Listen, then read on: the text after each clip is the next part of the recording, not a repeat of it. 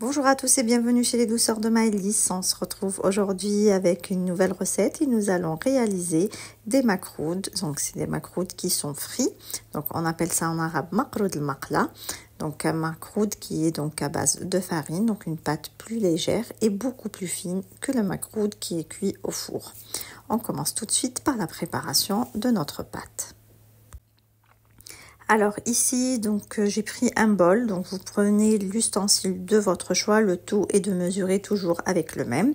Donc ici dans un grand plat, je vais venir ajouter 2 mesures de farine et 1 mesure de semoule extrêmement fine. Donc une semoule vraiment à la texture un peu de farine. Donc si vous ne trouvez pas ce type de semoule, vous pouvez remplacer par une 3e mesure de farine. J'ajoute ici une petite pincée de sel et je mélange le tout ensemble. Alors toujours avec la même mesure, je viens ajouter donc une mesure de beurre et de semen fondu. Donc pour ma part, j'ai fait un mélange de beurre et de semen, mais vous pouvez bien sûr soit utiliser du semen, soit du beurre seul. Donc il est important d'ajouter donc votre gras qui est fondu mais refroidi, donc soit froid ou légèrement tiède mais pas du tout chaud. Et on commence donc à bien mélanger du bout des doigts notre mélange de semoule et de farine avec la matière grasse. Donc il faut bien mélanger. Cette étape peut prendre quelques minutes pour que notre farine et notre semoule absorbent bien le gras qu'on vient de lui ajouter. Voici donc ce que l'on obtient. Donc on voit bien qu'on a là une pâte qui est assez lisse et donc qui a bien absorbé le beurre. Donc là je viens ajouter un mélange d'eau et d'eau de fleur d'oranger. Alors on vient ajouter progressivement donc notre eau tout en mélangeant donc la pâte du bout des doigts jusqu'à la rassembler en une boule. Donc vous allez remarquer que dès que vous allez rajouter de l'eau, votre pâte va un petit peu durcir, ce qui est tout à fait normal puisqu'on refroidit la matière grasse qu'on avait travaillée juste avant.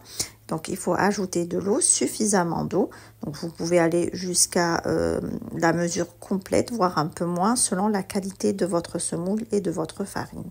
Donc vous ajoutez progressivement et vous continuez à bien travailler la pâte comme ceci du bout des doigts jusqu'à la rassembler en une boule qui est ni trop ferme ni collante à vos mains. Donc une fois qu'on a bien travaillé la pâte, qu'on a réussi donc à avoir cette texture, on va la rassembler en une boule et on va donc la couvrir et la laisser reposer quelques heures. Entre temps, on va venir donc travailler notre pâte de date. Donc ici, j'ai 1 kg de pâte de date. Donc j'ai légèrement travaillé pour enlever toutes les impuretés en m'aidant avec un peu d'huile. Donc là, je viens ajouter 1 cuillère à café de cannelle moulue. J'ajoute un petit peu de clou de girofle moulu et 1 cuillère à soupe de grains de sésame.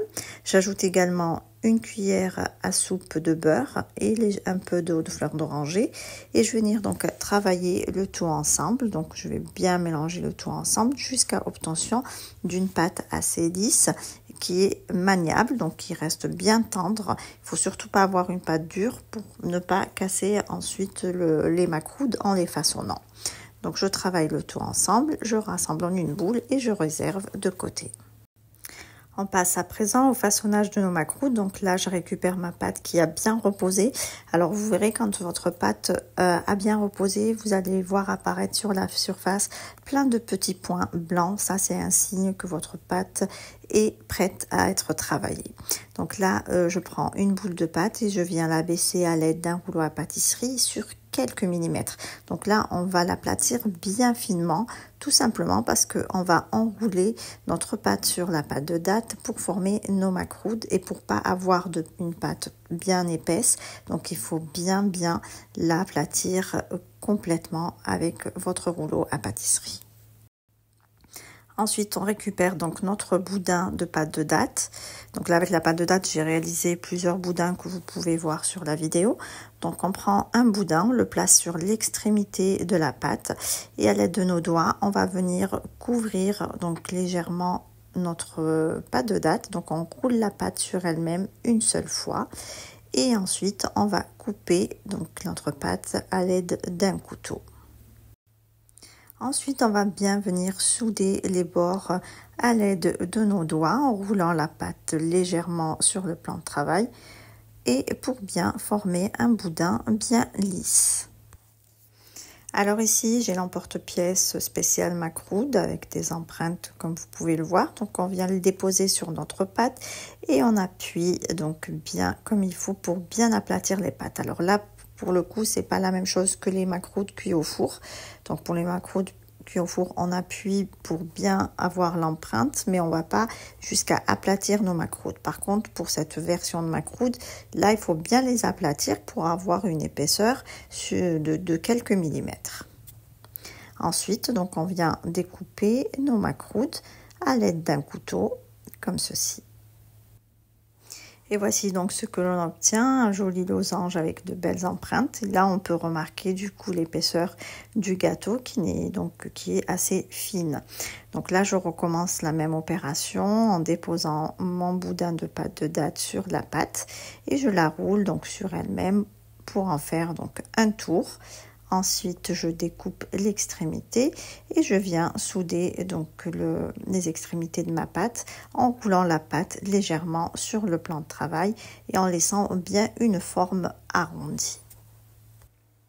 Et ensuite, donc pareil, avec mon emporte-pièce, je viens bien appuyer donc sur ma pâte pour lui donner de jolis dessins, mais aussi pour bien l'aplatir comme ceci. On arrange bien donc les bords et on vient découper nos macroutes qu'on place donc sur un plateau.